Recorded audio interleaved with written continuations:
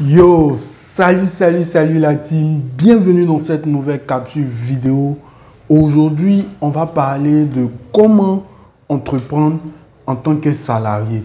Alors, si tu es un salarié, cette vidéo est faite pour toi. N'hésite surtout pas à me suivre jusqu'à la fin. Mais avant, générique. Je suis Stéphane Conan.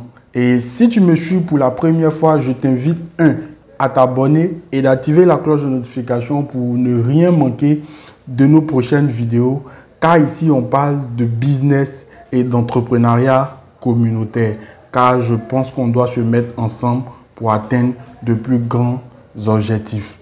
Ensuite, dis-moi en commentaire d'où est-ce que tu me suis et quelle activité fais-tu pour bénéficier de l'instant publicitaire dans l'une de nos prochaines vidéos.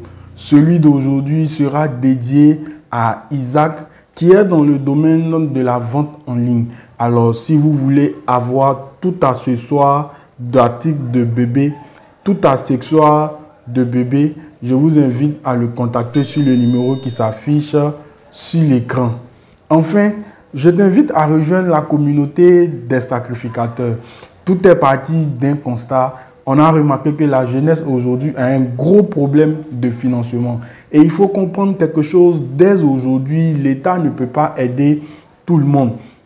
Voilà pourquoi nous avons mis en place un groupe pour qu'ensemble nous puissions atteindre un plus grand objectif commun. Alors, sans plus tarder, rejoins-nous pour propulser haut cet objectif. On va rentrer maintenant dans le but du sujet. La question d'aujourd'hui était de savoir comment entreprendre en tant que salarié. Voilà aussi un gros problème des salariés.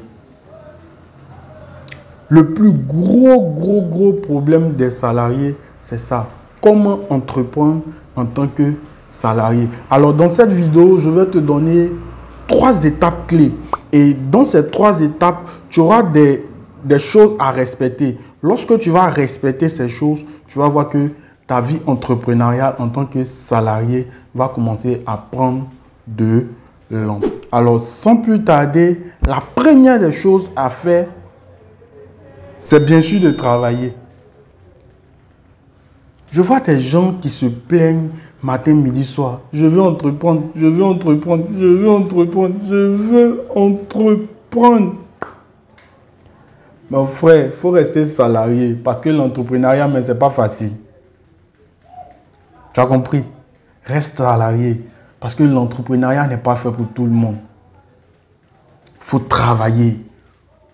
Tout le monde n'est pas fait pour être entrepreneur. Il faut travailler.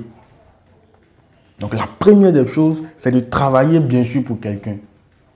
Mais lorsque tu travailles pour quelqu'un, qu'est-ce que tu dois faire avec cet argent?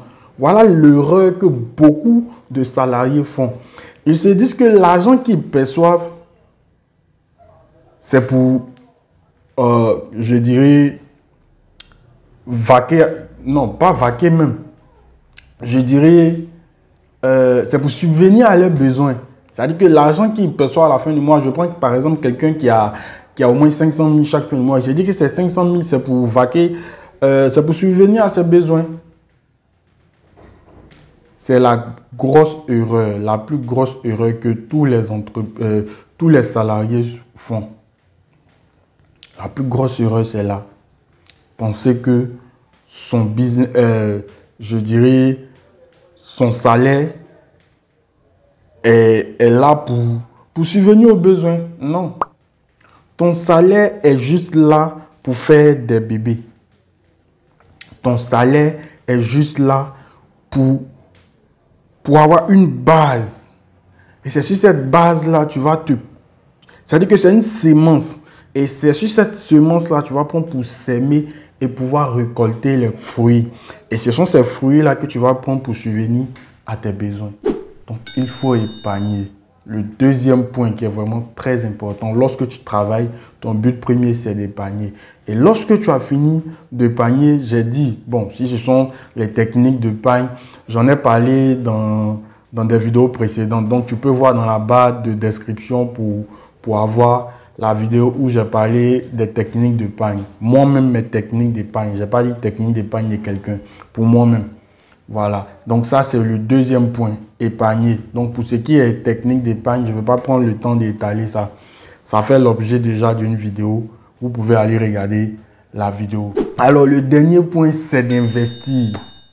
Parce que l'argent ne peut pas dormir. Et ça, je l'ai dit dans une précédente vidéo. Lorsque tu as 100 000 aujourd'hui, dans 5 ans, les 100 000 ne pourront pas faire ce que les 100 000 peuvent faire aujourd'hui. Voilà pourquoi avant, on payait les gens moins cher. Avant qu'on te dise, on te donne 10 francs même. Moi, par exemple, quand j'étais petit, quand on nous donnait 50 pour aller à l'école. Mais 50, c'était truc. Aujourd'hui, moi, mon fils, il déjeune plus de 500. Vous voyez, l'argent ne doit pas dormir. Donc, il faut investir ton argent. Mais en tant que salarié, dans quoi est-ce que tu peux investir et puis ton activité va aller de l'avant? Voilà encore une erreur que certains salariés font. Quand on est salarié, on n'investit pas dans une activité où ça aura besoin forcément de nous. Parce que si ton activité a besoin forcément de toi, ça va échouer vu que tu seras occupé au travail. Au travail, on te donne de l'argent contre ton temps. Donc, ce temps-là, tu ne peux pas utiliser ça comme pour faire quelque chose. Donc, tu dois utiliser tes temps morts. Tes temps morts. Tu ne vas pas dire que dans ton travail, on te prend 24 heures sur 24. Tu dois utiliser tes temps morts. Et ces temps morts-là, c'est bien sûr les temps où tu ne travailles pas. Il y a des gens qui ne travaillent pas les week-ends. Il y a des gens, par exemple, qui montent de 8 heures, ils descendent à 16 heures, 17 heures. Donc, le reste du temps, qu'est-ce que tu fais? Tu t'assois à dire que tu es fatigué. Pourtant, c'est ce temps-là que tu dois prendre pour travailler. Et tu dois investir sur des business qui n'ont pas besoin d'une nécessité de toi-même. Premier business. Tu peux investir, par exemple, dans la location de trucs, comment on appelle ça même? Vidéoprojecteur. Aujourd'hui, les formations sont à péter le terrain. Tout le monde a besoin de vidéoprojecteurs. Tu peux payer un vidéoprojecteur. Et ce qui est bien dans cette activité, lorsque tu prends, tu ne fais même pas du temps pour pouvoir enlever ton argent là-dedans. Vous voyez? Voici des activités simples que tu peux faire. Deuxième business, tu peux faire par exemple l'achat et la vente de terrain. Par exemple, tu as économisé 1 million. Tu achètes un terrain, tu es là-bas, tu commences à communiquer dessus. Sur tes réseaux sociaux, un peu, tu vas voir, tu as vendu. Tu achètes un autre, tu as vendu. Tu achètes un autre, tu as vendu. Tu peux rentrer même dans l'immobilier comme ça. Même en étant dans ton travail. Vous voyez? Donc, voici par exemple le deuxième. Le troisième business, tu peux t'acheter par exemple un taxi ou bien un tricycle. Un taxi, ça n'a pas besoin de toi. Tu mets quelqu'un dedans. Chaque soir, il vient faire ton dépôt. Il faut seulement une suivi. Une suivi là, c'est chaque soir. Ou bien chaque semaine, il doit venir te faire un rendement. Et il faut suivre ça à la lettre. Donc, voici un peu 3 business que les salariés peuvent mettre en place. Mais déjà, il faut partir de la base. La base, c'est de travailler pour quelqu'un. Et lorsque tu as eu de l'argent, ne pense pas que cet argent, c'est pour subvenir à tes besoins.